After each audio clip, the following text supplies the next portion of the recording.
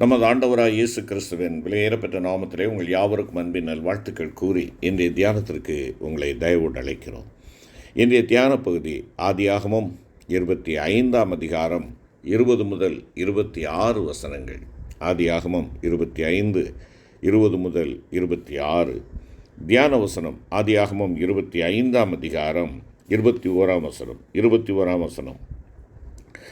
மலடியாயிருந்த தன் மனைவிக்காக ஈசாக்கு கர்த்தரை நோக்கி வேண்டுதல் செய்தான். கர்த்தர் அவன் வேண்டுதலை கேட்டருளினார். அவன் மனைவி ரெபேக்காள் கற்பந்தரித்தாள். கிறிஸ்துவுக்குள் பிரியமான சகோதர சகோதரிகளே, அன்பு தேவனுடைய பிள்ளைகளே, நாம் ஆசீர்வதிக்கப்படுவதற்கு என்னென்ன செய்ய வேண்டும் என்ற நிபந்தனை ஆண்டவர் வைத்திருக்கிறார் என்பதை நாம் ஈசாக்கின் வாழ்வின் வழியாக கற்று வருகிறோம். நம்மிடத்திலே வேறுபாட்டின் ஜீவியம் மிக அவசியம் என்பதை தியானித்தோம். ஆண்டவருடைய வார்த்தைக்கு கீழ்ப்படுகிற பக்தியை நாம் காட்ட வேண்டும் என்பதையும் தியானித்தோம். தொடர்ந்து வெற்றியுள்ள ஒரு வாழ்க்கை வாழுகின்ற பொழுது ஆண்டவருடைய ஆசீர்வாதம் நம்மேல் பலிதமாகும் என்பதை நாம் தியானித்தோம். இன்று தொடர்ச்சியாக ஜெப ஜீவியம் நமக்கு ஆசீர்வாதத்தை சுதந்திரித்து கொடுக்கும் என்பதை உணர்ந்து கொள்ள வேண்டும். ஜெப ஜீவியம் ஈசாக்கினுடைய வாழ்க்கையிலே காணப்பட்ட அவனுடைய ஜெப வாழ்க்கை நம்ம எல்லாருக்கும் ஒரு முன்மாதிரியாக இருக்கிறது.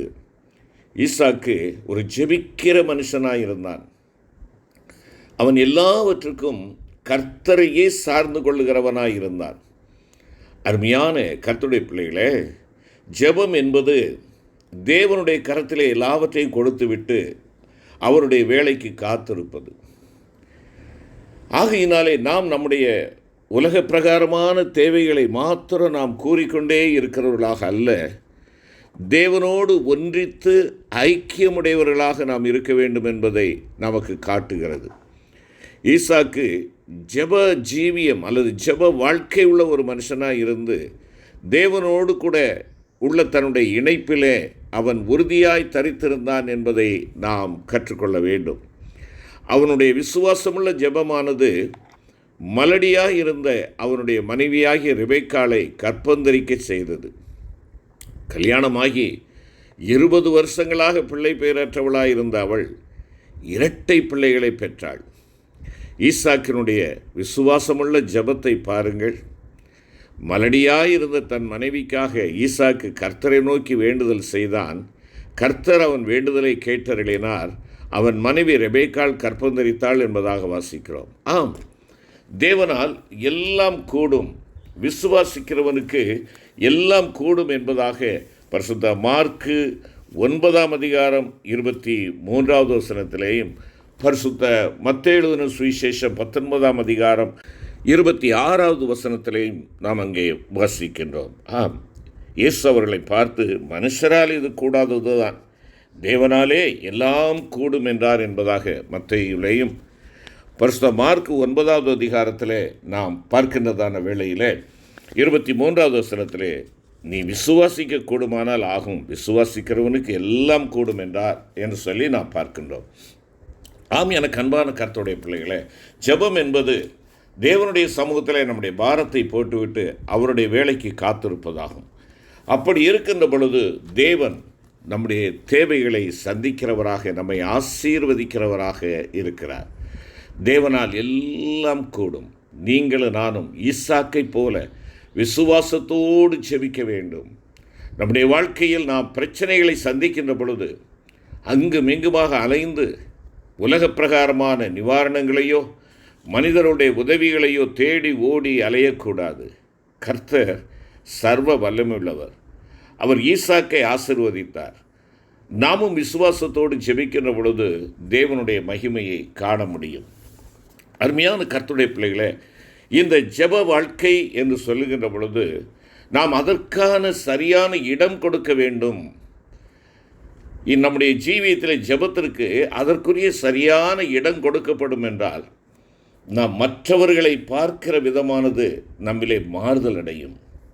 யாக்கோபு இரவு முழுவதும் ஜெபித்த போது அவனுடைய சூழ்நிலை மாற்றப்பட்டது. ஏசாவில் மாற்றம் ஏற்பட்டது. ஆனால் யாக்கோபும் கூட மாற்றப்பட்டான் என்பதை நாம் ஆதியாகமம் 32ஆம் அதிகாரம் 27, 28 மற்றும் 33 அதிகாரம் 10வது வசனத்திலேயும் பார்க்கின்றோம். ஆம், நீங்களும் நானும் ஜெபிக்கின்ற பொழுது அருமையான கர்த்தருடைய பிள்ளைகளை, நம்முடைய வாழ்க்கையிலே தேவன் ஏராளமான மாற்றங்களை கொண்டு வருகிறார். ஸ்தேவான் தன்னுடைய மரண நேரத்தில் தன்னை கொலை செய்தவர்களை மன்னித்தான். அப்பொழுது அவன் ஜெபித்து கொண்டிருந்தான் என்பதை நாம் மறந்து போகக்கூடாது. அதனுடைய விளைவு ஒரு பவுல் அப்போஸ்தலனை ஆண்டவர் உருவாக்கினார். அதற்கு அன்பான கர்த்தருடைய பிள்ளைகளே, நீங்களும் நானும் ஜெபிக்கின்ற பிள்ளைகளாக, ஜெப வாழ்க்கை உள்ளவர்களாக இருக்க வேண்டும். ஜெபத்திற்குரிய சரியான இடம் கொடுக்க வேண்டும். இன்னும் சொல்ல வேண்டும் என்றால், நான் கடந்த நாட்களில் பகிர்ந்து கொண்டது போல, ஜெபம் என்பது ஆண்டவருடைய பிரசன்னத்திலே தங்கியிருப்பது. ஆண்டவருடைய பிரசன்னத்திலே தங்கியிருந்து என்னுடைய அழகை மெருகூட்டுவது தான் ஜெபம் என்பது. அவரை பார்த்து கொண்டிருந்தாலே எனக்கு போதும். அவருடைய பிரசன்னத்திலே நான் இருக்கின்ற பொழுது என் தேவன் என்னை கேட்டருளுவார். என் தேவைகளை என் தேவன் சந்திக்கிறவராக இருக்கிறார். நம்முடைய சொந்த பிரச்சனைகளுக்காகவும் மற்றவர்களுக்கு ஆசீர்வாதமாக இருக்கும்படியும் தேவன் நம்மை உபயோகிக்க வேண்டும் என்பதற்காகவும், இதற்காகவே நாம் ஜெபிப்பது நம்மில் ஆவிக்குரிய பெருமைக்கு இடம் உண்டாக்கிவிடும். பயங்கரமான அழிவுக்கு நேராக அது நம்மை வழிநடத்திவிடக்கூடும். அருமையான சகோதரனே, சகோதரியே, நாம் வாஞ்சிக்கிற பலன்களை அப்படிப்பட்ட நம்முடைய வல்லமையான ஜெபங்களின் மூலம் நாம் காணக்கூடலாம். ஆனாலும் நம்முடைய சுபாவம் உருவாக்கப்படாவிட்டால், நம்முடைய ஜெபமானது ஒரு கட்டடம் கட்டப்படும்படி தற்காலிகமாக போடப்படுகின்ற ஒரு கம்பு வைத்து சாரம் கட்டுகிறோமே, அதை போன்றதாக மட்டுமே இருக்கும். சிம்சோன் ஜெபித்தான். அவனுக்கு தாகம் ஏற்பட்ட பொழுது அவன் ஜெபித்தான். பெலிஸ்தியருக்கு வேடிக்கை காட்டும்படி அவன் கொண்டு போகப்படுகின்ற அந்த வீட்டின் தூண்களில் சாய்ந்து கொண்டிருந்த பொழுது அவன் ஜெபித்தான். தேவன் அவனுடைய ஜெபங்களை கேட்டார்.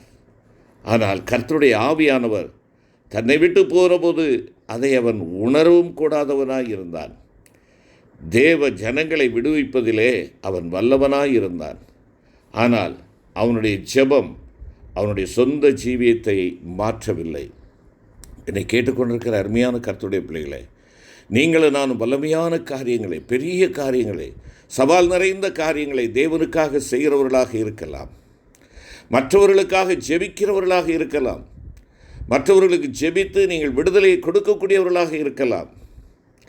அருமையான சகோதரனே, சகோதரியே, அருமையான ஜெப வீரனே, ஜெப வீராங்கனையே, உன்னுடைய ஜெபம் மற்றவர்களுக்கு ஆசீர்வாதமாக இருக்கலாம்.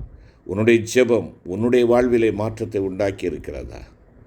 உன்னை நீ அறிந்து கொண்டவளாக நீ இருக்கிறாயா? மற்றவர்களுக்கு எல்லாம் நான் ஆசீர்வாதமாக இருக்கிறேன் என்று சொல்லுகிறேன். நீ உன்னுடைய சொந்த வாழ்க்கையிலே நீ அனலுமின்றி குளிருமின்றி காணப்படுகிறாயோ? அவனுடைய ஜெபம் சிம்சோனுடைய வாழ்க்கையில் அவனுடைய வாழ்க்கையில் எந்த ஒரு மாற்றத்தையும் கொண்டு வரவில்லை. சாலமோனை பாருங்கள், அவன் ஜெபித்தபோது தேவனுடைய மகிமை இறங்கி வந்தது.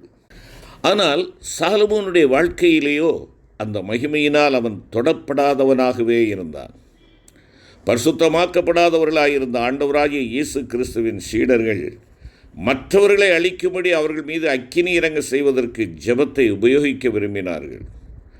அதுவே வல்லமை வாய்ந்த ஜெபம் என்று அவர்கள் எண்ணினார்கள். ஆண்டவராகிய இயேசு அவர்களை பார்த்து என்ன சொன்னார் தெரியுமா? நீங்கள் இன்ன ஆவியுள்ளவர்கள் என்பதை அறியீர்களா என்று கேட்டார். அவர்களை கடிந்து கொண்டார். அருமையான கர்த்தருடைய பிள்ளைகளே, இன்றும் கூட தேவனுடைய பிள்ளைகள் பலர் இவ்விதம் செய்கிறார்கள். யாராயினும் சிலர் தங்களுக்கு தீங்கிழைத்து விட்டால் அந்த நபரோடு தேவன் செயல்பட வேண்டும் என்று அவர்களுக்காக ஜெபிக்கும்படி அவர்கள் தீர்மானிக்கிறார்கள். அவர்களுடைய பெருமையானது அவர்களை அதிக கோபமடைய செய்கிறது. ஆனால் அது தங்களுடைய ஆவிக்குரிய வைராக்கியம் என்று கூறி அந்த பெருமையை அவர்கள் முக்காடிட்டு மூடி விடுகின்றனர். தங்களை விரோதிக்கிறவர்களை தேவன் பழிவாங்க வேண்டும் என்று அவர்கள் உபவாசித்து தேவனை தேடுகின்றனர். ஆனால் இவை யாவும் நான் உங்களுக்கு சொல்லுகிறேன், உங்கள் சத்துருக்களை சிநேகியுங்கள், உங்களை சபிக்கிறவர்களை ஆசீர்வதியுங்கள், உங்களை பகைக்கிறவர்களுக்கு நன்மை செய்யுங்கள், உங்களை நிந்திக்கிறவர்களுக்காகவும் உங்களை துன்பப்படுத்துகிறவர்களுக்காகவும் ஜெபம் பண்ணுங்கள் என்று கூறிய ஆண்டவராகிய இயேசு கிறிஸ்துவை விட்டு அவர்கள் எவ்வளவுக்கு அதிகமான தூரத்தில் இருக்கிறார்கள் என்பதை காண்பிக்கிறது. அருமையான தேவனுடைய ஜனமே, இந்த வேளையில் நம்முடைய வல்லமையான ஜெபங்களை காட்டிலும் நம்முடைய சுபாவங்களை குறித்தே ஆண்டவராகிய இயேசு கிறிஸ்து அதிக கரிசனை உள்ளவராயிருக்கிறார் என்பதை நாம் நினைத்து கொள்ள வேண்டும். அது நம்மை விட்டு மறந்து போகக்கூடாது. ஆம், ஈசாக்கு 20 ஆண்டுகள் பொறுமையோடு காத்திருந்தான். ஆண்டவரை நிந்திக்கவில்லை, பழி சொல்லவில்லை, எந்த விதமான வார்த்தைகளும் அவனுடைய உதடுகளில் இருந்து பிறக்கவில்லை. மாறாக விசுவாசத்தோடு செபித்தான். தேவனுடைய பிரசன்னத்திற்குள்ளாக இருந்தான். ஆண்டவர் அவனை ஆசீர்வதித்தார். கிருபை நிறைந்த ஆண்டவரே, நாங்கள் ஆசீர்வாதத்தை பெற்றுக்கொள்வதற்கு அப்பா நீர் எங்களை கற்றுக் கொடுக்கிற வழிகளுக்காக உமக்கு நன்றி ராஜா. எங்களுடைய ஜெப வாழ்க்கையானது உமோடு கூட நெருங்கி அந்த அனுபவத்திற்குள்ளாக வரவும், உம்முடைய சமூகத்திலே விசுவாசத்தோடு எங்களுடைய தேவைகளை உம்முடைய சமூகத்திலே சாத்திவிட்டு நாங்கள் பொறுமையோடு காத்திருக்கவும், அது நிமித்தமாய் நாங்கள் இரட்டிப்பான ஆசீர்வாதங்களை சுதந்திரித்துக் கொள்ளவும் நீர் எங்களை கிருபை தாரும்.